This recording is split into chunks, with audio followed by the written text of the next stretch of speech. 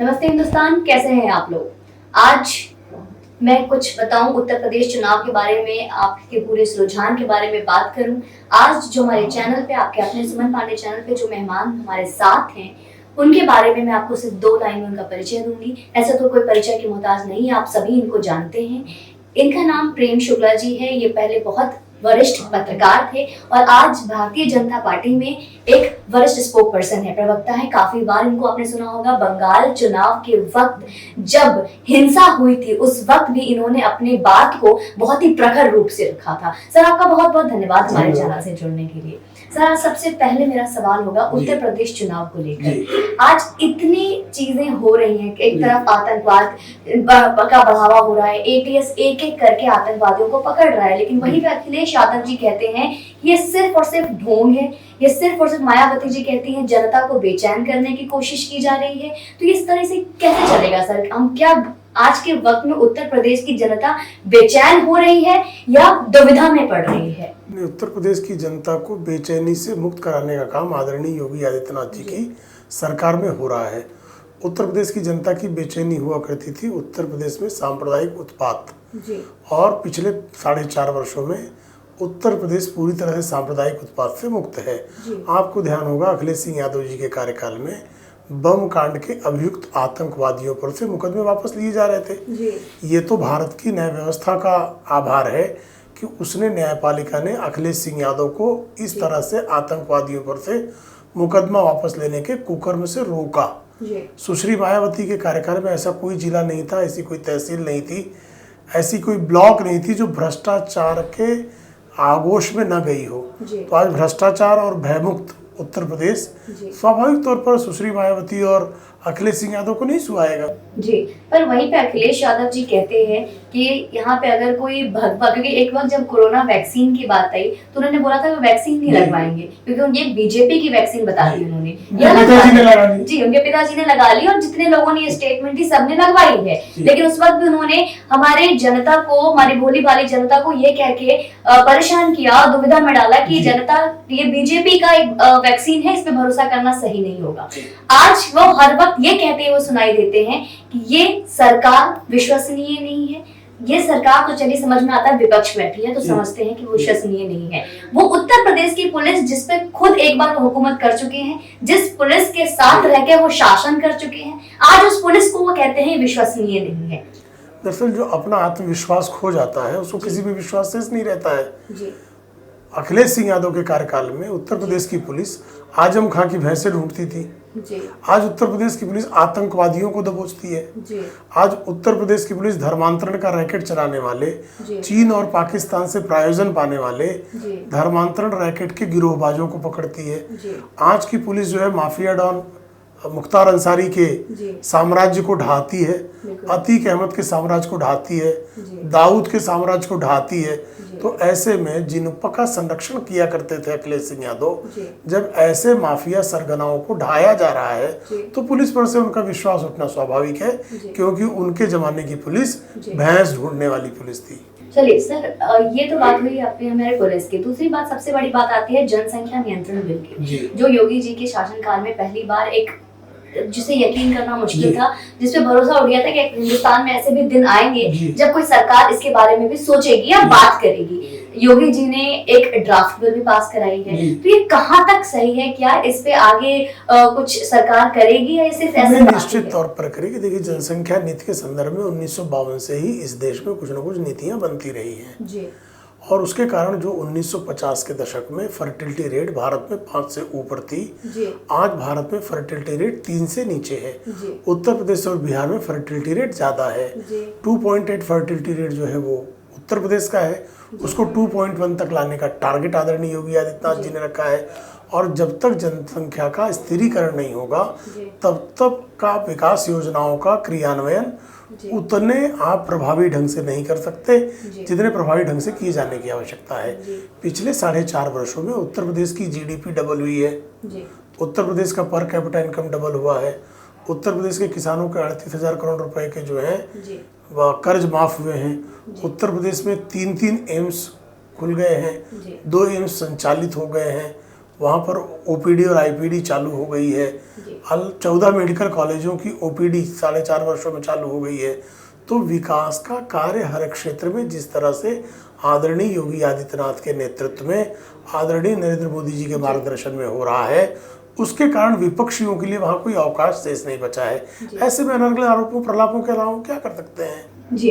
तो एक सवाल ये भी आता है, इस बार फिर से ओवैसी जी हमारे एंट्री मार रहे हैं, उन्हें शायद मैं पर्सनली कहूँ तो हल्के में नहीं लेना चाहिए। बिहार में यूं बात ही बात में 5 सीट निकाल कर ले गए वो, तो उत्तर प्रदेश में क्या रुझान रहेगा उनका?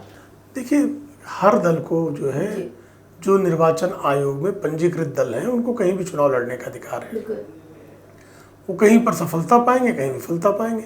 उनको अपने विचारों को प्रचारित करने का अधिकार है और अपने विचारों को प्रचारित करके वोट मांगने का अधिकार है।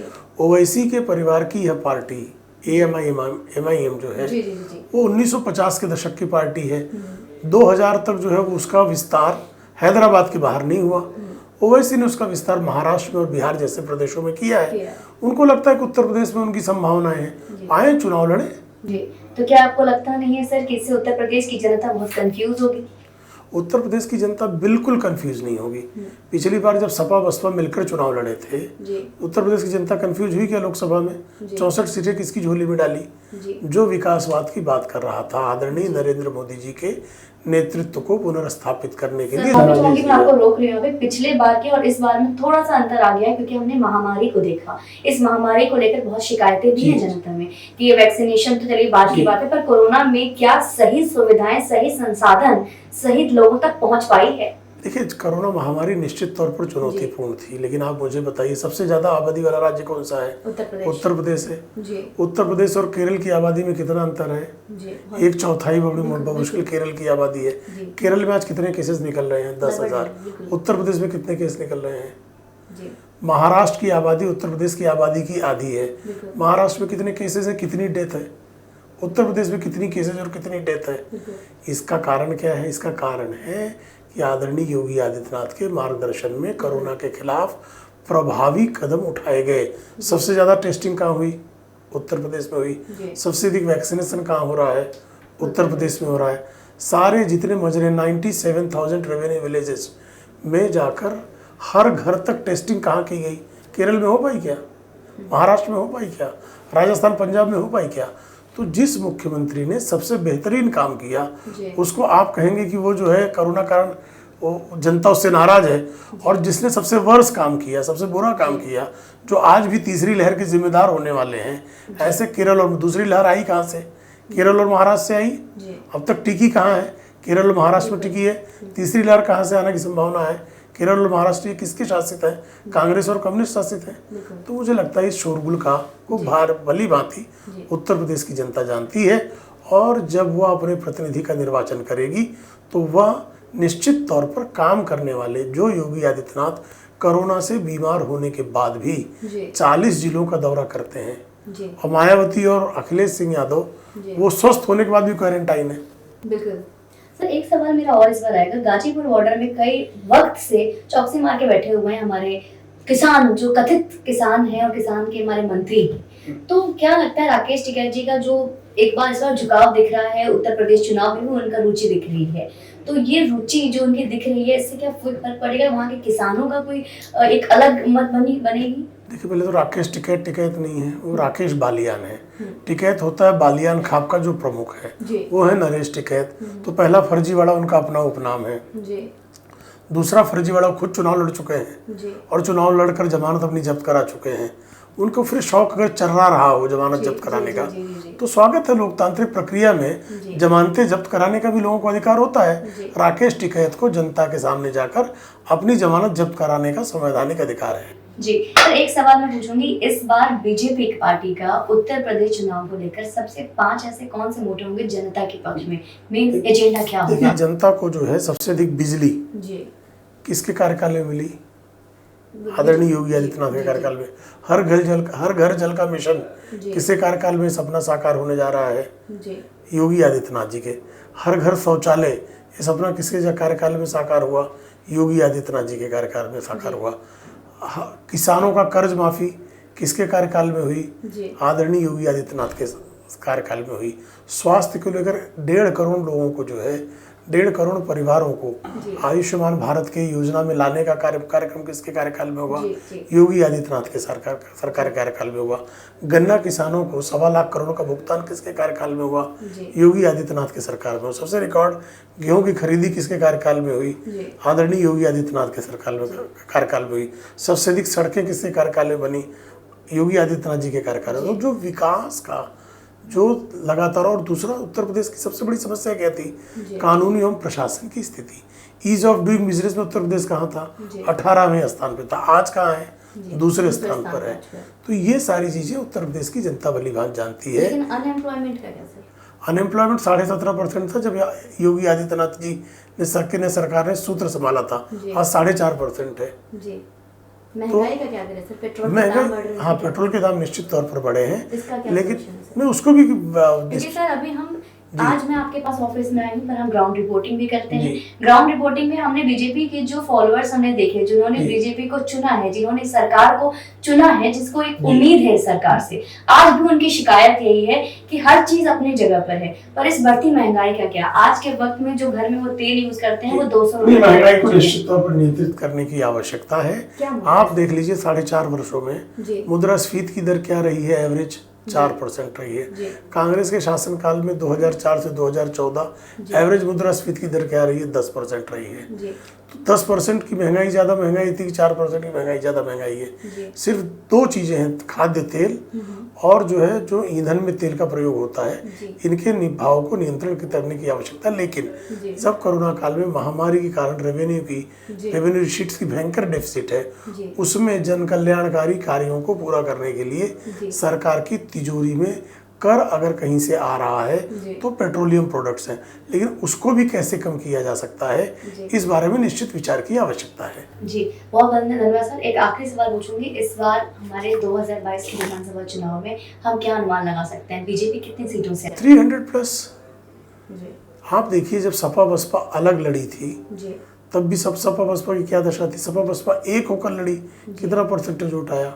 तो इस बार फिर सपा बसपा अलग लड़ने वाली है, कांग्रेस अलग लड़ने वाली है, तो भाजपा विरोधी मतों का विभाजन निश्चित है कि नहीं है? और भाजपा का समर्थक और गोलबंद होगा।